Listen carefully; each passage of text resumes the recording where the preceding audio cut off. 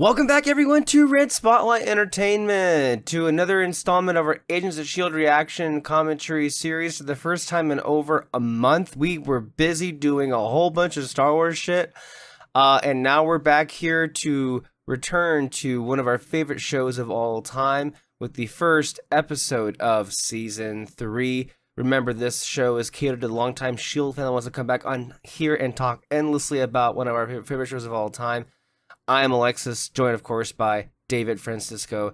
It has been far too long, and yet it doesn't feel like there was any time off. If anything, it feels like we kind of just, accelerated the number of projects that we were working on. Mm-hmm. It was, imagine if we did a S.H.I.E.L.D. reaction series as we do every week, but instead of doing one episode per episode, we do 3 in 1. That whole Andor thing was... It was great, but it was exhausting. I'm not gonna lie to you. The days after recording those were rough. They were rough. And so I'm happy that we're doing a reaction commentary episode where it's just one episode. Mm-hmm. And I'm sure there's plenty of to cover here. But thank you for those of you S.H.I.E.L.D. fans who have been patiently waiting. We are back, and we are back with Season 3, which is an interesting season to say because I feel like in the long-standing canon of this series, it can be quite a divisive season. I will tell you that riding off the high of the end of Season 1 and all of Season 2, I was just immediately jumped back into it, and I gotta tell you, I feel like there was a point in Season 3 where I began to feel a little bit of a lag. Not that I don't think I like this show anymore. Evidently the entire world right now is feeling so betrayed by The Last of Us. I don't know. I feel like I made the right call and not even bothering watching the first season, and I didn't watch it because COVID left scars, and I'm not going to fuck with another pandemic show. I'm just not going to do that. I'm just not doing that. And everybody loved Season 1, but apparently Season 2, not very good from most voices out there, okay? But, and I mean, a lot of the fans feel like, oh my God, what? With 3 in S.H.I.E.L.D., it wasn't anywhere near quite that bad. But not that it and I want to be clear here, it wasn't bad to begin with. Mm-hmm. It wasn't bad. But I do think that there will be some voices who will be sharing with us that are going to pinpoint a spot in this season where, not that there's a noticeable drop off in quality, but there's just something that wasn't hitting 100%. And looking back on it, I think what it was, because it didn't necessarily happen until the second half of Season 3, or as we would call it, Season 3B. And I'm gonna say it right now, I think ultimately, the big problem for why people may feel. Now, Silva may not feel this way because this person obviously is not a fan of one of these characters, but there is a noticeable absence once Bobby and Hunter are removed from the show. And it does take a couple of weeks to adjust to them not being there. So I think there's kind of this gaping hole where Bobby and Hunter should be, and them not being there is just kind of weird. And I want to say that's in part for why it felt a little bit strange. But at no point did I feel like the show was bad.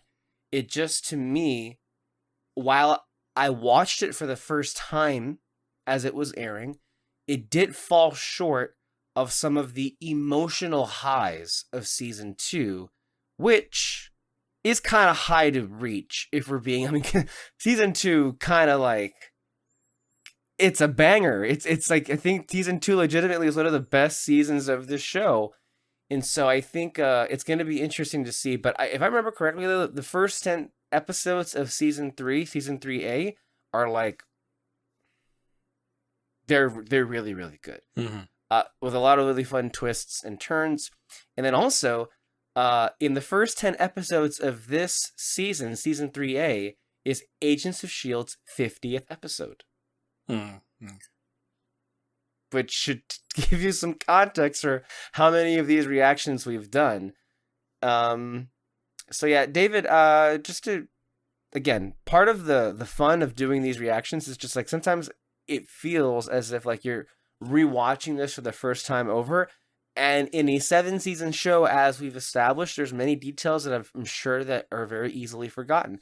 So I wanted to ask you, what memory you have of season 3 as far as it being a season that you liked or didn't like, and then ultimately how it held up alongside the other seasons of this show.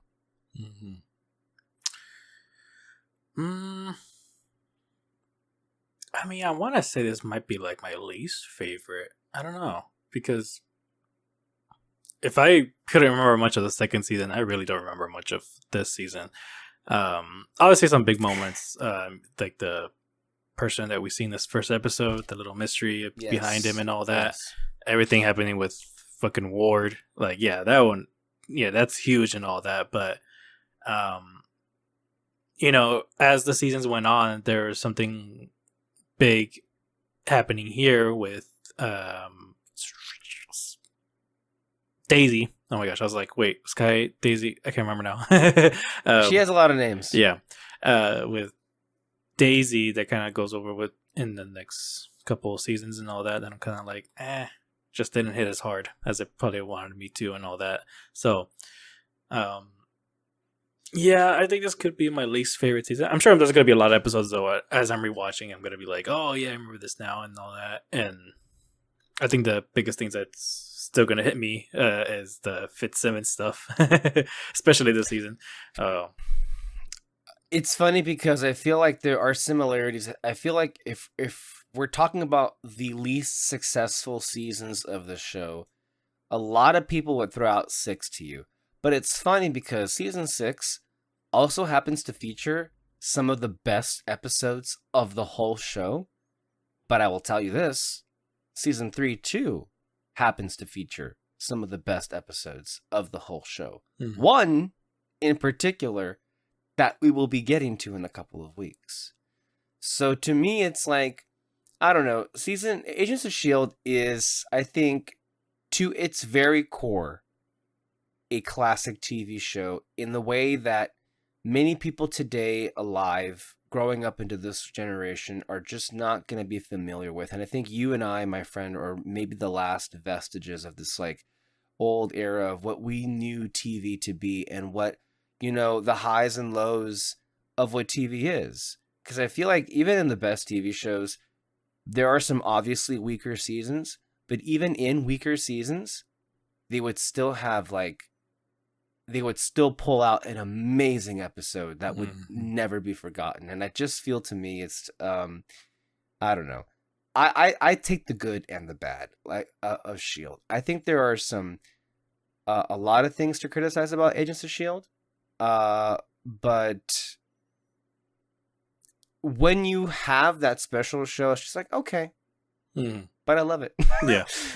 It's good enough. It's more than good enough. This show, I think, would also, and I've said it many times, propels the highs even higher, is just the era in which this show existed against how many people resisted it and refused to acknowledge its existence or any of its successes. So there is that. If anything, I kind of come off like this, like what the Star Wars prequel fans, there I am poking the bear again, would think of themselves, but only in this case, this is actually good. Before we start, I should also just go ahead and clarify some things. David, you have some comments, correct, that you want to read off? Before you do that, let me go ahead and actually say the name of the episode that we're in. This is season 3, episode 1, The Laws of Nature. This was written by our Captain O Captains, Jed Whedon and Marissa Tancharoen. and directed by Vincent Misiano. This was broadcast on September 29th, 2015 to 7.86 million viewers. It returns our main crew of characters: Clark Gregg, Chloe Bennett, Ian DeCastiger, Elizabeth Henstridge, Nick Blood, Adrian Palicki, Henry Simmons, and I believe he is promoted at this point to series regular Luke Mitchell as Lincoln Campbell. Noticeably absent, and I want to say this is the first episode she's completely absent, is Ming-Na Wen as Melinda May. Mm-hmm. And then we have some debut characters here. We have William Sadler as Matthew Alice, who is a returning character from Iron Man 3, the President, Matthew Alice. Constance Zimmer as Rosalind Price. Andrew Howard as Luther Banks.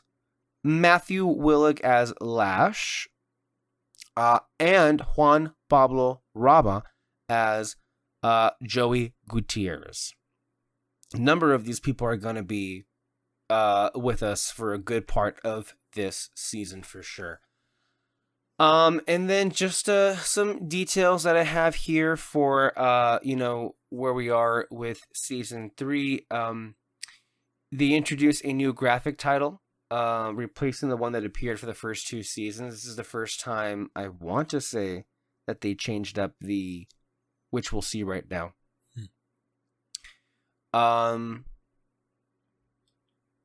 And then,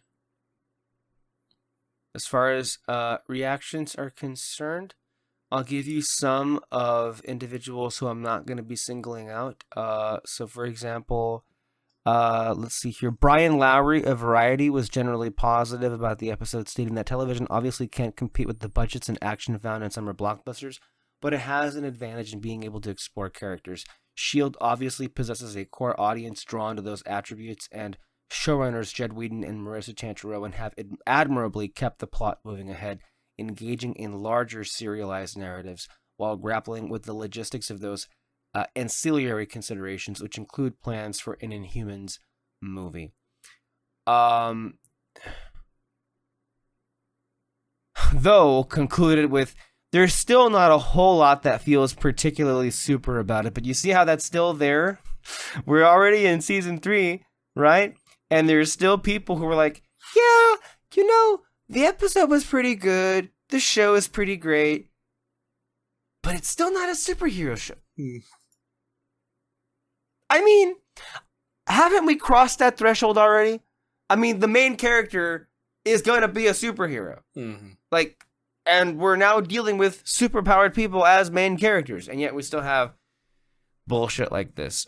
Writing for Vulture, Scott Maslow gave Laws of Nature 4 out of 5 stars, saying that as the Marvel Cinematic Universe has gotten bigger and weirder, S.H.I.E.L.D. has gotten bigger and better, and Laws of Nature is a strong premiere. Oliver Sava, which we will get into later. Okay. And then also just some interesting note here. Ian DeCastiger was named TV Line's Performer of the Week for the week of September 27th, 2015. For his performance in this episode, particularly the scene at the end of the episode where Fitz yells at the monolith, which we can all see why he would be named that. So congratulations, Ian, for that honor for TV Line. David, before we begin, I believe we have some comments to get to. Mm-hmm. Okay. And I lost them. There they are. Okay. First one's I'll pick Silva. Top 5 season 2 episodes. Number 5. 21. SOS Part 1. 4. Writing on the Wall. 3. What They Become. 2. The Dirty Half Dozen. And 1. SOS Part 2. Which makes sense. Yeah. Bottom 3 episodes was Afterlife, Heavy as the Head, and then One of Us. Which one was One of Us? Okay. That was the one that was the Cal episode where he was basically recruiting all these outcasts that were on the index list, I believe, from S.H.I.E.L.D. Okay, I get it. And the next one's from Jack Dubs. As I understand it, Theta Protocol, being Fury's helicarrier, came about when, after getting advanced viewing of the Age of Ultron script, the iOS writers asked a question along the lines of, "Are you going to explain where the Shield helicarrier just magically appears from?" When the answer came back no, the writers asked the follow-up question, "Well, can we?" At least the iOS writers were looking out for audiences and could see a blatant Deus Ex Machina when they saw one. Yeah. Yeah. Okay, that's pretty cool, I guess. Yeah. Mm-hmm. I mean, I feel like it didn't need explaining any of shields. I could just believe Shield just had one on the back end, But I still love it though, obviously. No, I agree with you. I feel like, especially with us delving into Star Wars lately, there's been this like resurgent discussion about like things needing to stand on their own. I think with Shield, I'm very lenient towards what they did. I think just for the sheer fact that they were able to have a small tie-in, that in and of itself just feels like a big victory for the show. Mm-hmm. You just kind of like excuse the need to do that. But then at the same time, like, they're able to do that. And sure, it is on paper and maybe even in execution a bit awkward to have Theta Protocol be revealed in a movie. What is excused about it is that what Agents of S.H.I.E.L.D. fan in 2014, 15, I should say, when this was airing, was not going to go watch Age of Ultron. Mm-hmm. I think that was the thinking going on behind it, And at the same time, it's just one part of a massive spiraling ensemble of different storylines, and they're able to, I think, nearly perfectly execute the rest of them so well that it doesn't even matter in hindsight, because they stuck the landing just about everywhere else. So it really wasn't like the biggest deal in the world. It wasn't as if like everything was dependent on that one tie-in. It was just like, okay, this happened. Now let's go ahead and get into the real showdown that we've been building up the whole season for. Whereas there are plenty of projects, particularly in the Star Wars universe, that rely heavily on other pieces to make one individual piece work. Mm-hmm. Like, ultimately, I feel like if there is a negative about the season or series finale of Star Wars The Clone Wars, is that Anakin and Obi-Wan's story has to be resolved in a whole different thing. And I know that a lot of people were like, well, the Clone Wars, as an extension of the prequels, improves the storytelling of the prequel films. Okay, but the prequel films themselves cannot stand on their own. And subsequently, because major characters from a Clone Wars TV series have their finales in a movie, they really can't be in much of the finale itself. So, but when you look at it as one thing, it's fine. Where it doesn't become fine is where these things cannot stand on their own. Now, again, could you use the same logic I just used, where it's like, what Clone Wars fan was not going to watch Revenge of the Sith, or what Revenge of the Sith fan is not going to watch the Clone Wars? S.H.I.E.L.D. didn't do it anywhere near the number of times that Star Wars did, is the difference. And Star Wars consistently did that, where it's like, you need to have something stand on its own 2 feet to work. S.H.I.E.L.D. did that. Mm-hmm. Even when it was inserting itself into the universe, or an event happened in the universe that affected the show, they were never really dependent on anything else. So, there's that. Jack Dubs also put their top 5. Number 5, What They Become. 4, The Dirty Half Dozen. 3, The Things We Bury. 2, Melinda. And 1, SOS Part 2. And they put that bottom 3. 3, Scars. 2, One of Us. 1, Love in the Time of Hydra. Mm. So yeah, that's Yeah, cool. I can see why. Mm. Yeah. Okay, and then gotta find it again. The one that we were saving. Oh, here. This one's from Shield Vids. This comment is specifically for season 3 premiere, which I am assuming will be when you read it. We learned that while looking for a way to find Simmons, Fitz researched Hank Pym and shrinking. The show doesn't focus on this fact, but I wanted to point out that the invisible dwarf drones and later the invisible gun in season 3 are using the cloaking tech from the plane. Somehow Fitz miniaturizes it, and that one line in the premiere is the answer and why Fitz using the quantum realm in season 7 was not some asshole. He figured out shrinking since season 3 and quantum entanglement in season 2 when he stopped Gordon powers. Which That is a really wonderful observation and not a connection that I myself had made up until reading that, because I feel like to the ears of many people, the idea that Fitz could just know the particular form of time travel that the Avengers used would just be seen as just a means to connect Shield's version of travel to the Avengers.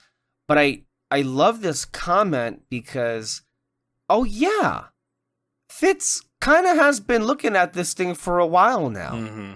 As was just mentioned, they were just coming off of a season in which we're introduced to the concept of quantum entanglement, which was the power that Gordon had, being able to manifest himself from, space to space. But this thing here, in this episode, we're going to get, which again, at the time, is just one of these things like, oh, hey, we know a movie came out in between our seasons. Let's go ahead and give it a shout out. Where Coulson talks about the Hank Pym's industry disaster that happened at the end of Ant-Man 1. And as the episode will tell you, that Fitz was looking very deeply into this kind of technology. So it's that's cool. I did not pick up on that subtle connection there. Mm-hmm. I like it a lot. No, yeah, for sure.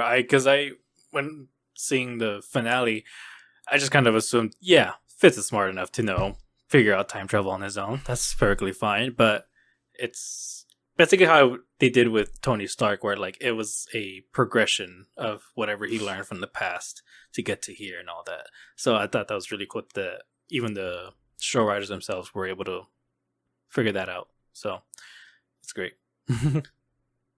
Great. But yeah. And then last one, not Shield related, but wanted to bring it up. Silva asked us about if we knew anything other, if we were aware of any other Star Wars projects. He specifically called out from, what is it? Clone Wars media project from 2002 to 2005. Basically a bunch of novels, comic books, video games, fill in the gap and tell the story of the Clone Wars between episodes 2 and 3. Most of our knowledge, at least for me, most of my knowledge is just the Clone Wars show and Rebels and the movies. That's my Star Wars knowledge. There are some of the newer books that came out after Disney owned it, I've listened to.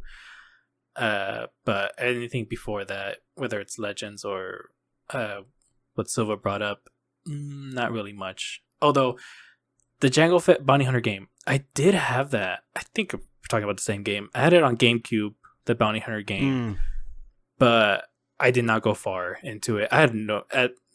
When I had the GameCube at that age, I did not really pay attention much to what I had to do in those games. Yeah. It's hit or miss for those games for me, where it's just either I'm playing it from beginning to end and I love it, or I just get lost. I have no idea what I'm doing. I couldn't even fucking get into Pikmin when that came out and all that. That should tell you, if I don't pay attention much to the mechanics of the game, I'm probably not gonna get that far. So, and that's how it happened to be with the Bounty Hunter game. But yeah, I would love to replay. I know they did a remastered version of that game. I really want to get it someday. But yeah, that's my knowledge, at least for the Star Wars. I think I'm aware of some of it. I have watched the original Star Wars Clone Wars. There was a mini series, Star Wars Clone Wars, that was before Revenge of the Sith, and then in 2008 there was Star Wars The Clone Wars, which was something that was far more with George Lucas's involvement. Star Wars Clone Wars was the very first thing Star Wars I had ever seen. Mm-hmm. Which is a trip. Yeah. Considering how much was already there to begin with. But yeah. Thank you for the comment. Mm-hmm, for sure. Should we go ahead and get started with this? Yeah, I think that's all of them. So.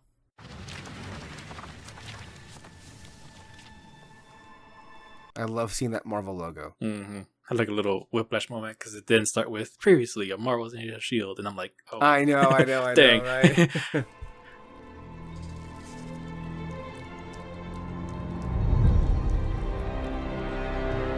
And we're already out of the get-go. I love this introduction, by the way. It's one of my favorite just like beginnings to a season because like it does not waste time. It's like, hey, we've been gone for a couple of months. Let's do this. Yeah.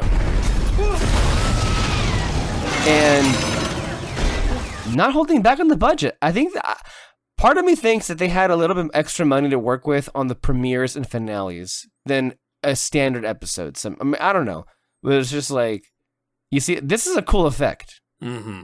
The melting of the stuff. Because to me, like, you correct me if I'm wrong here, but like part of what sells this is like, this is happening outside. Mm-hmm. Notice how they're not indoors or shooting this on some blue screen. Hey, he's in the out. I love, by the way, what we're about to watch here. Mm-hmm. One of my favorite Daisy entrances in the whole show.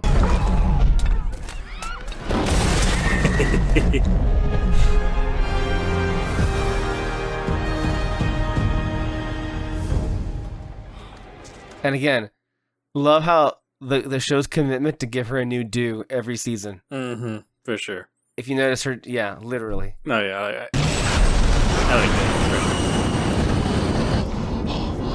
Oh yeah, this is the debut of the containment module. Mm-hmm. And then also the debut of something else. I just forgot all these different things. This is gonna lead us up to an amazing entrance also of the new Shield HQ, or I guess the new flying HQ. Rest easy. We're almost there. Zephyr 1. And there it is.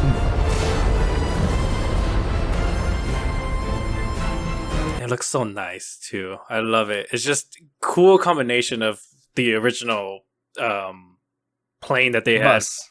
The original bus they had, combining it with the helicarrier and all that. It just looks amazing. Actually, I wouldn't mind a model of this, honestly. I wouldn't mind owning one of these myself. I mean, imagine traveling in that thing. No, yeah. But it's like it's. He was extracted. We'll secure the area, clean and contain the situation. Can I just say how amazing that effect looked? Oh yeah. That shit was a great special effect. Mm-hmm. Go unnoticed.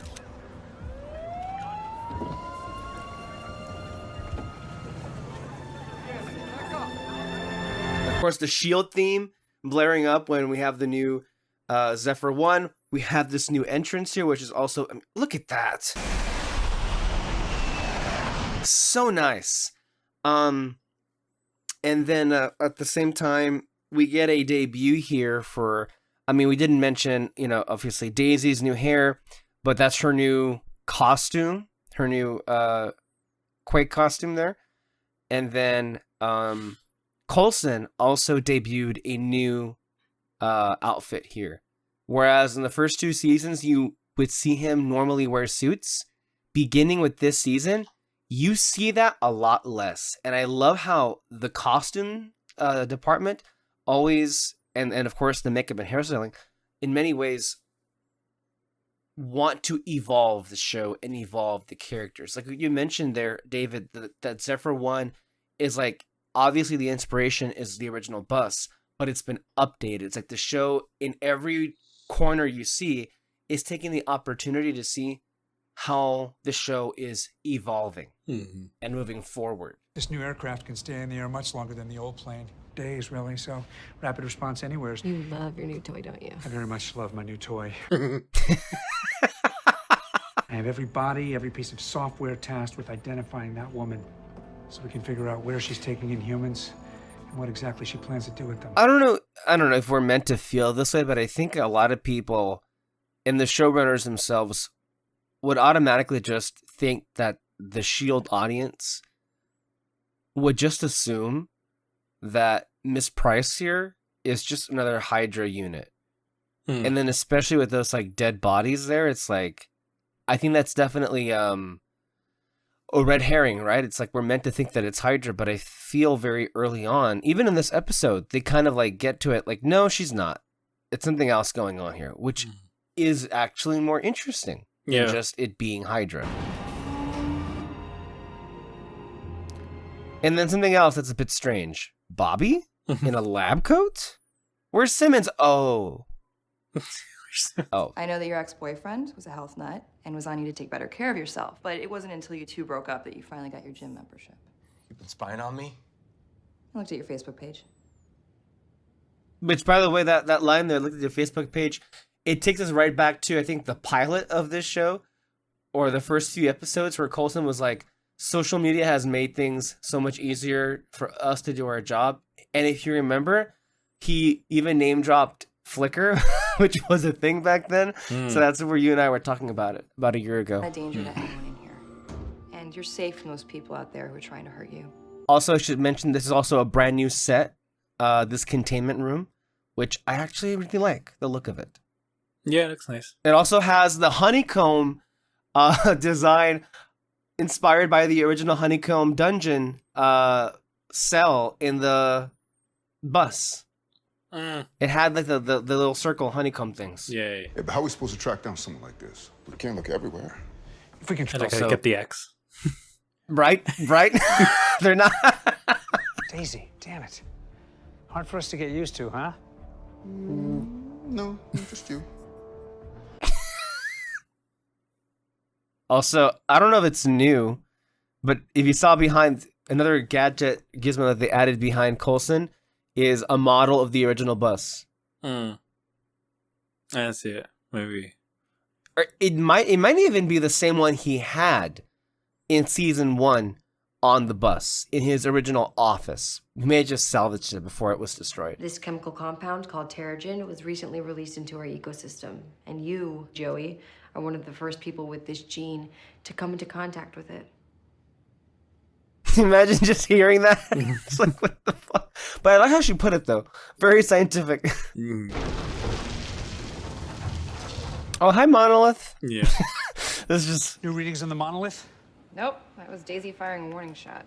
Firing a warning shot. That's funny. Fitz and I have the team working on a computer simulation, That biology degree's finally coming in handy, huh? leaving me stuck staring at screens in here for all eternity. I get it. Rehab's a bitch. At least you're not hoping your knee will grow back. He requested yesterday to do some research at SHIELD archives, but I haven't seen him all day. I'll call him in. He's chasing down one last lead on the monolith. He's had a lot of last leads. I know. With him, I just try to... We all do. But I'd rather have him with his head in the game than banging it against a wall. I'll call him in.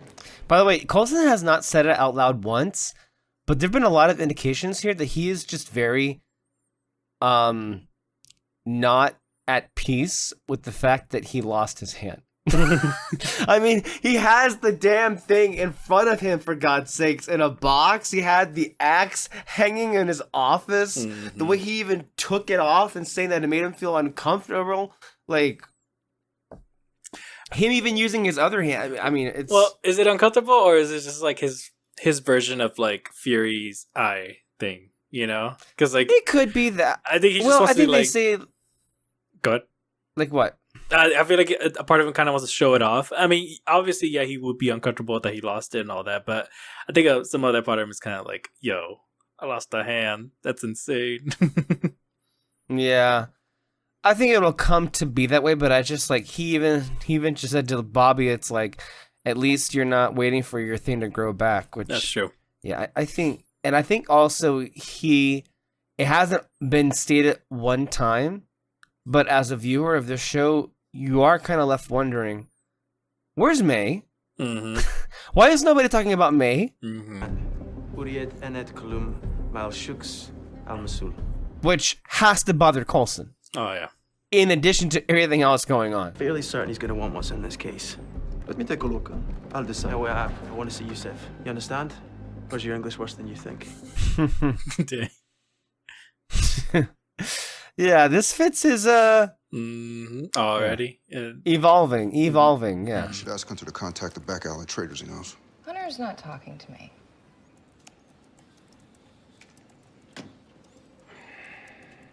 You know why? I do. I hope you know what you're doing. And this doesn't end in complete disaster. Team's falling apart enough as it is. Can't afford any more trouble. That line that he just said, the team's falling apart as it is. It's just funny though, because the whole time I was thinking, it feels like they're kind of more well balanced than they were in the second season. I mean, obviously, part of it is because we got all these new characters and all that, so that felt a bit off and everything. But as much as we liked seeing Daisy becoming like more and more badass because of May's training and all that, here in this moment feels better in a sense. You know, like it just feels like, okay, yeah, this is where she needs to be now. And it could just be because that's just the progression of the story that we've been seeing her in, but I don't know. And then Fitz is just always going to be off balance, I feel like, in every single season, because something always just, it's got to happen to him for some reason. I think you're supposed to be wondering about that, because I don't think you're really meant to feel the full impact of that moment until you finish this episode, because, well, for one, Fitz is not really around anymore. It hasn't been revealed yet, but May has also never come back. And at the same time, Simmons freaking disappeared. So it's just like you lose Fitzsimmons and May. I think that's what he's in reference to. And then also at the same time, I do believe what Mac and Bobby were referencing about Hunter is that Hunter is prepping for a mission to go dark, to go assassinate Ward. So Hunter too is on his way out. So I feel like Mac was talking about like, okay, while so far we as an audience have been seeing them kind of function very, very well, you know, there's more than just meets the eyes in this instance, because we are still dealing with a team that's just like not really all together. But I do see your point. Is just like, well, based on the mission that we started off this episode, things seem to be going well. But I think the point is, well, they really aren't all working well as they should be because of who's not there. And then also to point out with Fitz here, there is a notable change in his demeanor beginning with this episode. His determination to find Simmons at all costs has literally, I think, really matured him and forced him to be far more capable in the field than I think any of us ever imagined he could be, especially when you think about where we began with him in the first season. Like what he was just right now able to pull off. And then also I love, again, just the subtle choices they make in his appearance. He does seem a little older. His hair is a little bit longer, but they're also giving him facial hair. Whereas before in the first two seasons, he was completely like babyface, clean shaven. So just these little touches help to age up the character. And there's one person who's better at that than anyone. Lincoln? You really want to go there again? He could help with intake. Plus, he understands physical change. He's a doctor. That's another person. I guess at some point, Lincoln was going to be part of the team, but he changed his mind and wanted nothing to do with S.H.I.E.L.D. You're not an easy person to pin down. Really? Because you were no trouble at all. I love this switcheroo, by the way, because you think like, oh shit, Coulson got her, and then not even a few seconds later, and you're like, what just happened? Yeah. Like, my fingers, but I think there's more of them than us. Oh my gosh, even that old lady. Rent a car, but then you would have suspected something, Mr. Coulson. And what should I call you? Mrs. Kinley? Ms. McBride? See, she already knows about him by name. That should also tip us off. Interesting. But I'm certainly not intimidated by you staking out my route home, resorting to KGB-style tactics of intimidation. I wouldn't know. I haven't spent as much time as you have working with Russian counterintelligence. And I haven't spent any time in Tahiti, though I hear it's a magical place. Oh my god. That has to really get under the skin. By the way, incredible first scene. Those two had chemistry from the very beginning. Come on. Just like the heads of two rival secret spy organizations. Like, yeah. I love it. And I also hate what happens later, but Yeah, I know. I was regurgitating a lie they shoved down my throat. It's a curse. You, of all people, should know that. Look, I get that you're trying to build a life here. Yes, a normal life, so stay out of it. it would have been very easy for S.H.I.E.L.D. Season 3 to be like, Lincoln's on the team now and everything's great. Like a lot of Marvel shows would just do that, right? But here, they take an interesting direction. Lincoln wants nothing to do with them because he's coming to he's coming to terms with the idea that what he thought was his worldview, what grounded him, was led by a monster, and it was kind of bullshit too. So he wants to walk away from it. That's an interesting choice. Leaving behind. The dead ones I won't hold against you. It's the ones you're sheltering. Dead ones? I haven't killed anyone. We've had some vanish before we could secure them. Then how do you explain the carcasses we've recovered? Blasted with some sort of energy weapon. That's not us. It's not us either. Wait, is this still KG banter, or are we being honest all of a sudden? Whoa. Lincoln, cool down. This isn't me. This is kind of a scary reveal because, like, what do you mean it's not me? Yeah, right. No, I mean not even that. Before them, before that, with Coulson and Rosalind, Yeah, they were both like, if like, not who's us, leaving, then who's who? leaving the trail of bodies here? It's like, it's not us. It's not us either. Like, wait, what? And then you see it's literally one person doing that.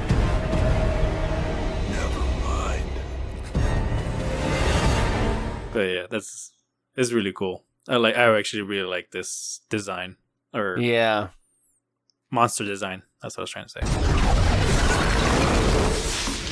And again, great fucking effects. 911, what's your emergency? Funny thing, the guy playing Lincoln, I'm watching this show called Chicago Med. He's in that show playing a doctor also. Funny though too, he's playing a doctor who has like anger issues, kind of like his character here. I'm like, really, dude? Come Oh my on. god, yeah. Here's the thing, it's like, Don't take it out of my pocket. It's just gonna ring like that forever.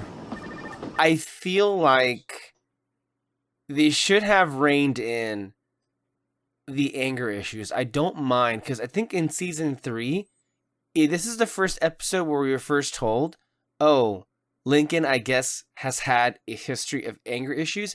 And you see it in season 2 a little bit, but not that overt. Mm-hmm. With season 3, I think a critique is that they maybe go a little bit too far with the anger issues of Lincoln, because that anger causes him to make some pretty stupid choices. Yeah. Like, for instance, in this episode, he just saw his coworker figure out, oh no, this guy's an alien superhero thing.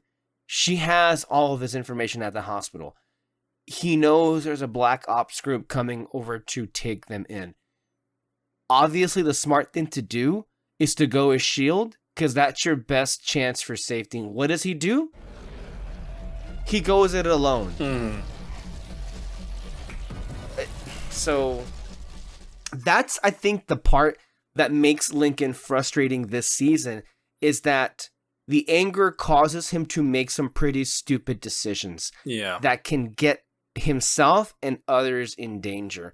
And I understand what the writers are trying to go for that, but I think they did their job a little too well, to the point where there are moments where he kind of comes across as unlikable, Whereas in season 2, that wasn't a problem at all. He was very likable from the very instant he was introduced.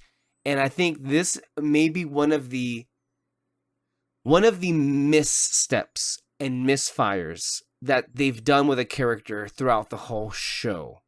That being said, I enjoy him quite a bit still. I don't think they completely ruined the character, but as I've just mentioned, it's there are moments where you just you want to pull your hair out a little bit because of that. Also, great sequence. We just talked over, but you know, no, it's good. You know, It's on. Good evening. I'm here tonight to address growing concerns among our citizens of the threats. Here's President Alice, whose first appearance was in Iron Man 3. Continuity. Yeah.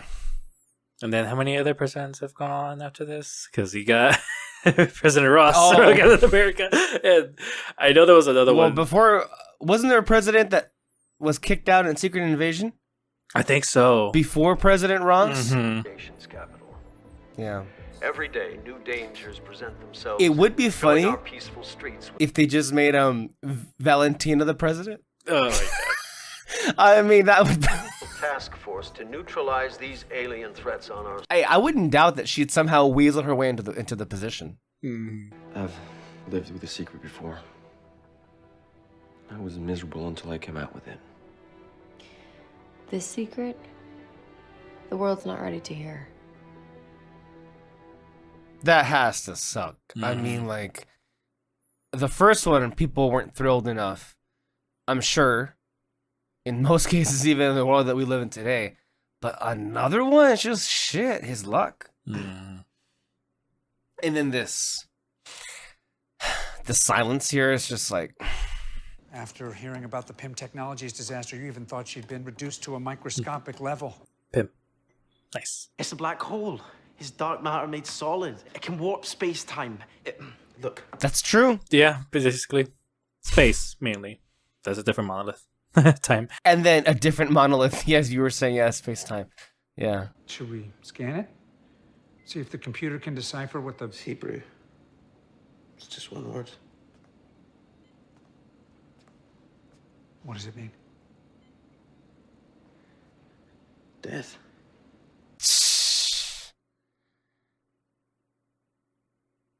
At this point, I would just give up. I mean, I'm having a hard time accepting it. All of it. I'm on my third hand. But nothing feels normal because nothing will feel normal. May took off on vacation and never came back, so I lost my right hand too. We have got to accept it. To say goodbye. It's a lot of changes for Coulson too. It's like, that's why he's having a hard time calling Daisy Daisy. It's a lot of changes happening at the same time. He lost Simmons, he lost May, he lost his hand. Oh God, Ian. Okay.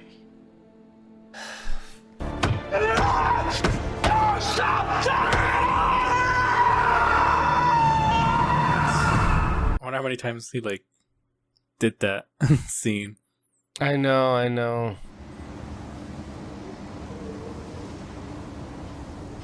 And then, of course, Simmons is living somewhere. It's not going to really end off that way. But I'm not sure we realized until this very moment we're watching right now. Holy shit. Is she on another planet? Here's the last thing anybody, I think, was thinking. It's like, what? And then also, what the hell is she doing? It seems like she's running away from something.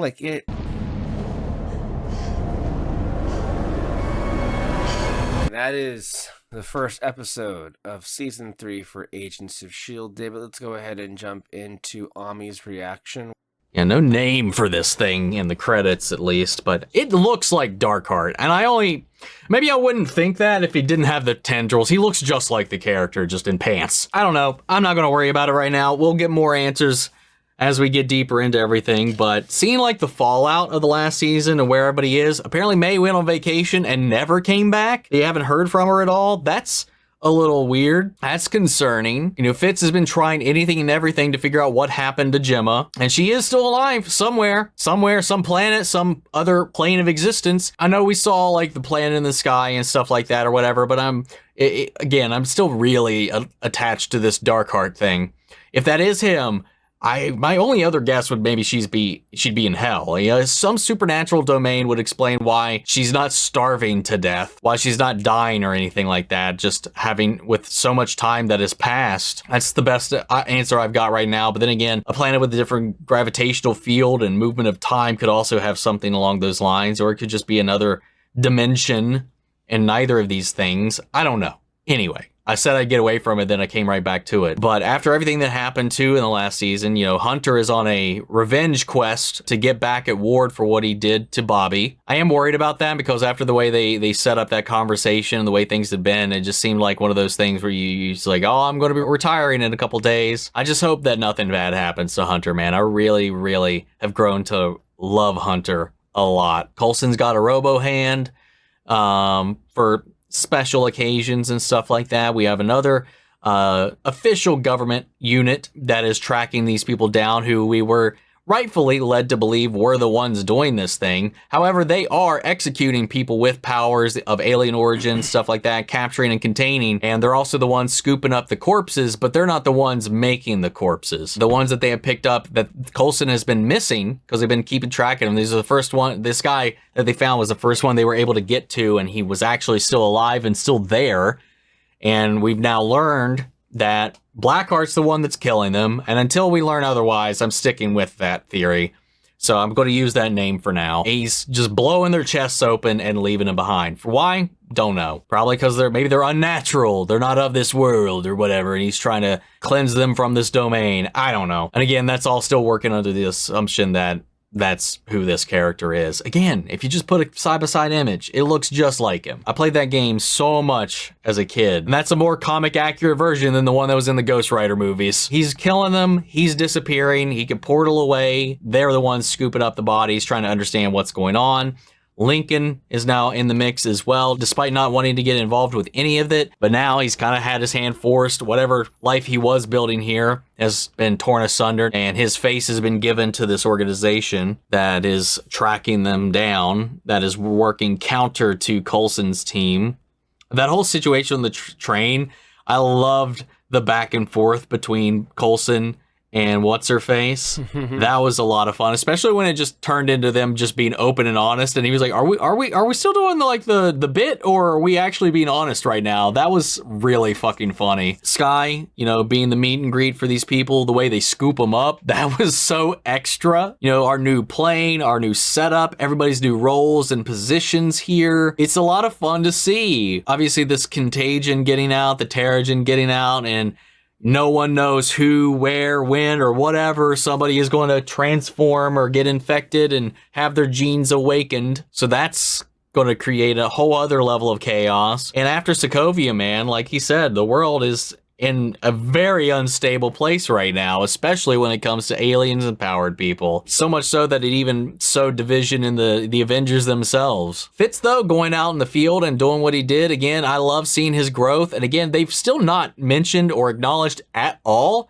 how he's just normal again. You know, his brain's operating the way it used to. He's out in the field doing all this crazy stuff all on his own. You know, it was a gradual progression, but nobody said anything. Not a person has mentioned it. He's come leaps and bounds from where he started off last season, like it never happened almost, which is awesome. I would have just liked to have seen some kind of acknowledgement of his improvement. I'm excited, man. I think this is a really good kickoff to the new season. Again, when I was talking about every season, or at least from the two that we saw, like season 2 was very much so a very strong dynamic shift in what the show was like, as far as the premise, the setup and all that, and the roles that all of our characters had kind of changes and evolves.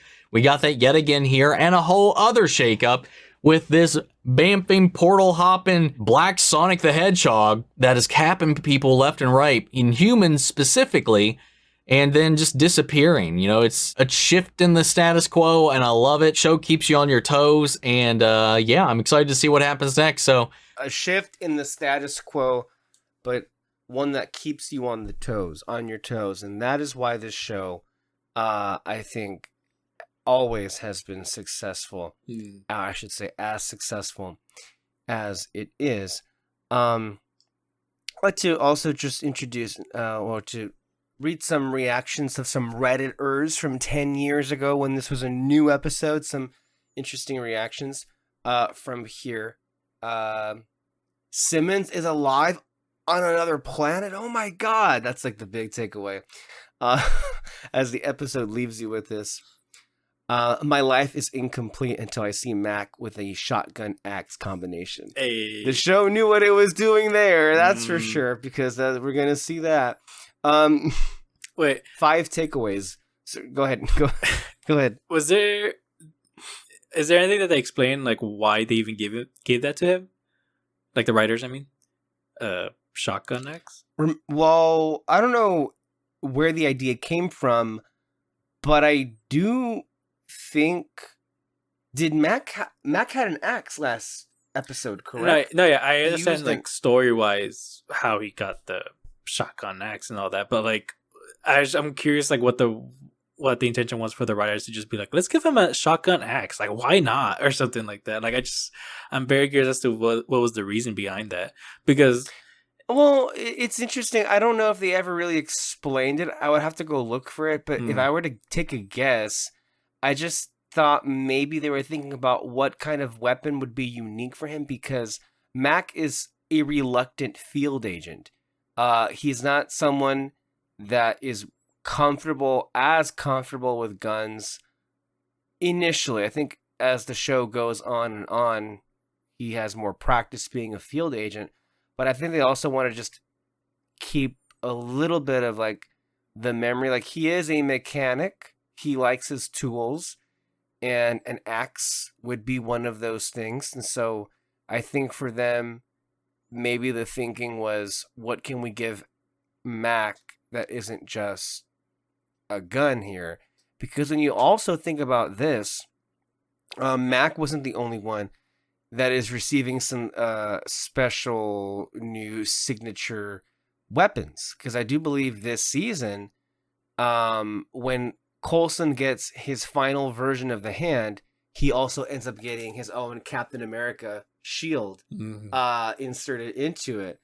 And then, of course, Fitz has had his dwarves in the past, and we'll see here. So I do feel like that's just part of them going that extra mile, because this very easily could be a show where, like, everybody has a gun. And as the show, again, the word of this reaction is evolution, evolves. They are trying to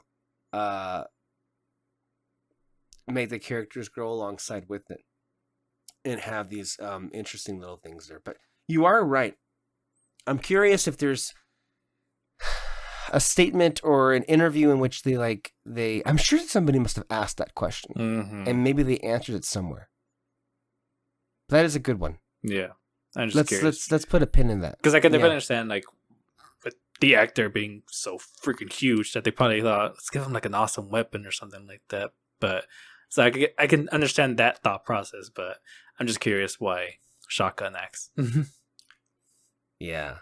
And of course, May's main weapon is her hands. Oh yeah, she is a weapon, so that's her thing. Yeah. I think the other one left out is Hunter, that like doesn't seem to have like a main weapon, but he seems to be like... Bobby even has her batons, which she will get this season. Yeah, Bobby with the batons, Daisy, Powers, May's just badass.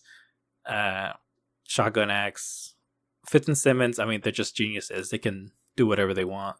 So Hunter's kind of like the only one that doesn't have like a big weapon.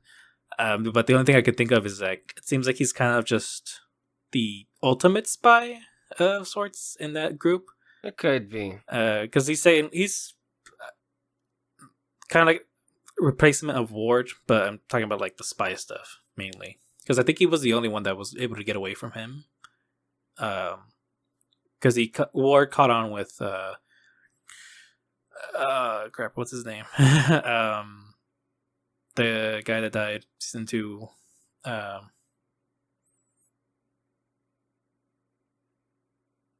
What guy? The guy that died in season 2. The one. that saved Daisy. There's a lot of guys that died. Oh my gosh. That saved Daisy from what? Or tried to save Daisy when she transformed. The one that died when she transformed. Are you talking about Trip? Trip. Oh my god, I'm bad with names, people. So, oh god, Trip was technically like the best spy, but Ward was able to catch on to him. But Ward missed Hunter in that moment when he caught everyone else. So I guess that might be his thing. Hunter's just the ultimate spy in the group. Yeah. Other interesting reactions from normal people it would be on the internet. This person, 5 takeaways. Number 1, Daisy's tank top. Number 2, Lash is a beast. Number 3, Fitz is a badass. 4, ATCU isn't an evil organization. And 5, Simmons is on another planet. Mm-hmm. Man, this show gives us so much, doesn't it? Mm-hmm. Another reactor. Coulson having trouble with Daisy's name is a really nice touch. I can see him having trouble with the change and what it means. Such a dad. Also nice to know who that grumpy cat mug belongs to. It was on one of the shelves of the base's kitchen last season. I love the continuity there. Coulson detaching his arm to escape was super badass, and after 4 movies and 2 seasons, he finally lost the suit. This might be the first time we see him not wearing a suit. Honestly, the episode moved at such a fast pace that I hadn't even realized that May was absent until Coulson mentioned it, at which point I missed her quite a bit. Fitz has become such a badass now, and I love it. God bless character development. Also, Sonic's been juicing, I see. With Lash and everything. That's interesting. I think people were parroting Sonic a little bit, like, yeah, for sure. In lieu of like something to call what this character would be. Is it gonna be a tradition where we feel super shitty for Fitz in the season premiere? So wait, sorry, repeat that? Well, you got cut off. Is it gonna be a tradition where we feel super shitty for Fitz in the season premiere? Oh, okay, yeah. And yes, it probably will be. Yeah.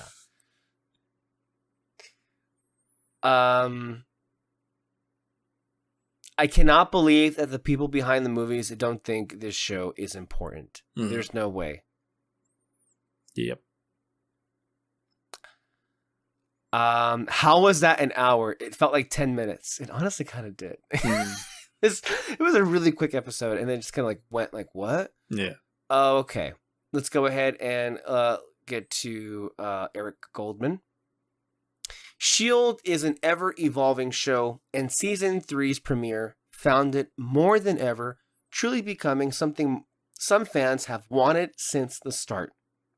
A show about superheroes, not simply a show set in a world where superheroes exist. I never had an issue with S.H.I.E.L.D. being about normal people in the Marvel Universe. Eric, that's a bit of revisionist history, dude. We just read your reviews from Season 1. I don't know if that's necessarily what I would think is an accurate depiction of your initial reviews. Mm-hmm. And okay, we'll take you at your word there, but I don't know if that's necessarily the case, but I'll go ahead and continue what you're writing here. But obviously the show had plenty of early issues to deal with above and beyond that, and perhaps that why are we spending time with these guys aspect some dwelled on became a symbol for the issues those making the show wanted to move beyond. Regardless, as the story and pacing problems were dealt with, Season 2 also began to offer more, well, Marvel-y aspects, especially with the introduction of Inhumans and the revelation of Skye / that Daisy was one of them. Season 3 hit the ground running in a big way in this respect, with a great opening sequence that showed Joey manifesting his inhuman powers and the chaos that followed. There's no doubt about it. Having Daisy, or Quake, though that name hasn't said here, show up using her powers delivered a kick-ass comic book thrill. On that, he is correct. Later in this same episode, we also got Daisy and Lincoln teaming up to take on the villain Lash, and seeing their earthquake and electricity powers up against that monster was another, okay, this is fun moment. One quibble, who is funding S.H.I.E.L.D.? This is a question that has come up with fans throughout the series, and I like to it's an interesting question. I'd love to hear a conversation about it amongst fans, but I don't think necessarily it's something the show really needs to address, but it's a fun fan conversation. But as Eric was saying, I'm trying to remember how much the end of season 2 explained what happened after Gonzalez died, but obviously everyone seemed to then go to following Coulson again, but they are employed by the government again? And if not, who is paying for something as impressive as that new plane they have? It just gets a bit murky, especially when Coulson's crew was pitted against this other group who clearly were government-backed. Well, not necessarily. They were just their own fringe element. They weren't really also part of the government either. They were their own entity, I guess you could say. Yeah, that's the thing, though, too. It's S.H.I.E.L.D. was never backed by the government. I mean, the government probably helped fund certain things, but as to the whole... But the real S.H.I.E.L.D. was not government-backed. Mm-hmm. They were their own thing. Mm-hmm. That group, dubbed the ATCU by the end of the episode, turning out to not be as nefarious as they seemed. They weren't, at least the ones killing those Inhumans, was interesting, and the scene where Coulson met their leader Rosalind was great. Constance Zimmer and Clark Gregg had a very fun dynamic as each attempted to outwit the other. S.H.I.E.L.D's doing a good job of making use of its expanded cast. They've wisely avoided shoving in every character into every episode when they're not needed. Ward and... I forgot about Ward. Shit, I forgot he's in the show still. That's true. Ward wasn't even in this episode. Ward and May were both MIA this week, while also finding new combinations of characters to pair up and keep things interesting. Daisy and Mac were an unlikely cool pairing here, with Hunter taking turns in the field with both them and Coulson. Meanwhile, it was very cool to see Fitz on his solo mission, as much as he was in a much better place by the end of season 2 from where he began. It's a slight stretch that he's become this calm and collected since. But if anything can justify it, it's his hope for saving Simmons. I'm very glad there wasn't a prolonged wait to see Simmons again, especially since we knew she'd be back simply because Elizabeth Henstridge remained a part of the cast. The reveal of her on that alien world, we've got the clip below if you want to rewatch it, was a really exciting one, moving S.H.I.E.L.D. into yet another new arena. Some notes. The mentions of what happened at both Sokovia and Pym Lab were an amusing mixture of gratuitous and appropriate, given these were indeed rather crazy things that happened in the MCU in the past few months. Speaking of the larger MCU, I love seeing William Sadler return as President Alice, having established the character in Iron Man 3. Ian DeCastricker was amazing in that big final scene as he pounded in desperation on the monolith. Poor Fitz, she's out there, buddy. Biology degree or not, Bobby in the lab is a weird fit. Hopefully she's back in action soon. It's strange, but I think she makes it work. That's just me. I love that Hunter is actively has a plan to hunt down Ward, and not just because his name is Hunter. Get him. Two great axe-related moments here. One was seeing that Coulson, nostalgic guy that he is, had the axe that took his hand on the wall. And the other was Mac wishing he had a shotgun axe combination of some sort. Eric gave this episode an 8.5, calling it great. Oliver Sava had not, I guess, well, let's see. I'll give you a brief rundown. He gave, of the AV Club, Oliver Sava, he gave the episode a B-, with his highlights the reveal that Simmons is on another planet, which would allow the series interesting story opportunities. Conversely, Sava felt elements of the episode were too procedural and a surplus of info dumps that drag the pacing, and unlike Goldman, felt leaving out May and Ward was a big reason why this premiere is an underwhelming reintroduction into this world. He concluded, there's lots of potential for this season to address the moral complications of S.H.I.E.L.D.'s mission, and hopefully the writers will use the themes of Civil War to explain the murky ethics of capturing and holding superpowered people against their will. The transition into the age of inhumanity may be a little rocky, but there's enough substance in this premiere to suggest a promising season ahead.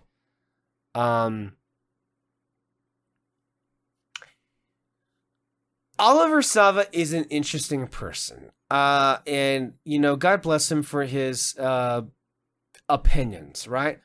Although I don't necessarily agree with really any of what he was saying there. Because I guess the point is he was left underwhelmed by the premiere and that the pacing was all over the place and that it was dragging things down.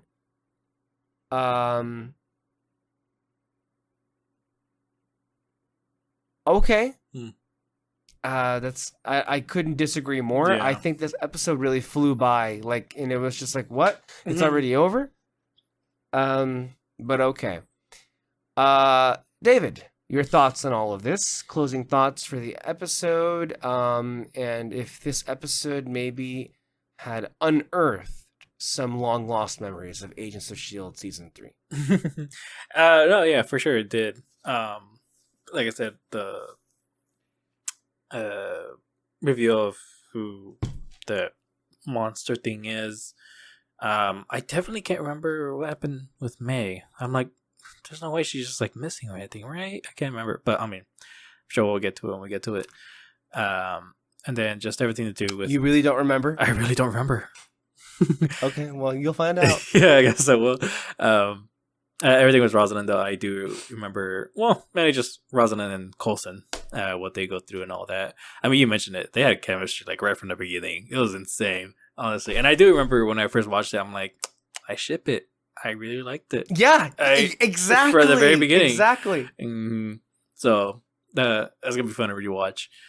But yeah, this first episode was really, really good. Like I said, I mentioned, it really felt like Daisy was like, okay, yeah, this is where she needs to be. This is where she belongs and all that. Because as cool as it was seeing her be the badass she became in season 2 in the first episode, there were progressing sort of in the story that there was still something off about her, that of like being this super spy, I guess, or super agent, within the show and all that. But yeah, this feels more natural for her, and yeah. Yeah, that was a great season premiere. I gotta tell you though, if we're comparing season premieres to each other, this is the third one. This was The Laws of Nature. Last season, what was it called? The first episode, I think it was called Shadows. And then in season 1, it was, of course, the pilot. So if we're looking at these 3 season premieres, how would you rank them? I feel like season 2 might be my favorite, just because that one felt more fast paced than this one did. And I think we said in our reaction, but it's like it's moving. We're like getting info dumps after info dumps and all that, because it did kind of take a while to see what exactly was going on with Fitz. Now, granted, there was a lot more characters to go through and what they were doing now in that moment. I'm talking about season 3, whereas with season 2, because they were new, we don't need to really get that much information from there. It was just kind of like, all right, these are the characters, get used to them, and then we move on. It was mainly, so that was probably it. But yeah, I think season 2 I like better. Yeah, I think honestly they're all very good episodes. I mean, I will still argue that the first episode is a really good episode, obviously, of Agents of S.H.I.E.L.D. Yeah. So it's like, that would be a hard one. It also would be hard to compare the season finales. I know so far we've only had 2, but, you know, we'll get there when we get there, obviously. Anyway, we want to thank all of you who watch and listen to us, and for continuing to join in the conversation. We appreciate any comments that you'd wish to leave on here. And of course, feel free, as you always should, to reply or respond to anything we've said, or if you want to add in your 2 cents in here. But at the same time, we also want to thank those of you who have been patiently waiting for us to return to this little corner of the MCU, because we've obviously wanted to get to other projects on this channel, and we have honestly just enjoyed the response, even though we've been getting some I guess anytime I mention The Last Jedi, some people feel like they want to crucify me over it, and they have like "Whoa, I hate you," and they have to put in a comment underneath it, which is funny. But I enjoyed doing the Andor reactions, and we even did a Superman trailer reaction, which apparently was been doing quite well, and even that has received some positive comments, which we love to see, obviously. So stay tuned. By the way, we also recently did a Thunderbolts movie review on one of our recent podcasts. So, and we actually had some positive things to say about that movie, because it actually was a movie. Yeah. So, right. Imagine the things that can, you know, the wonders one can do when you decide to be an actual, you know, story and not just content. So, we've been doing quite a lot on the channel this last month, but we're back here. We're back with season 3. It's going to be a wild ride. And yeah, we hope that you return and stay tuned as we continue to go on into what is sure to become an exciting year ahead of us. Thank you so much for tuning in, and we will see you guys next time. Bye-bye. Bye.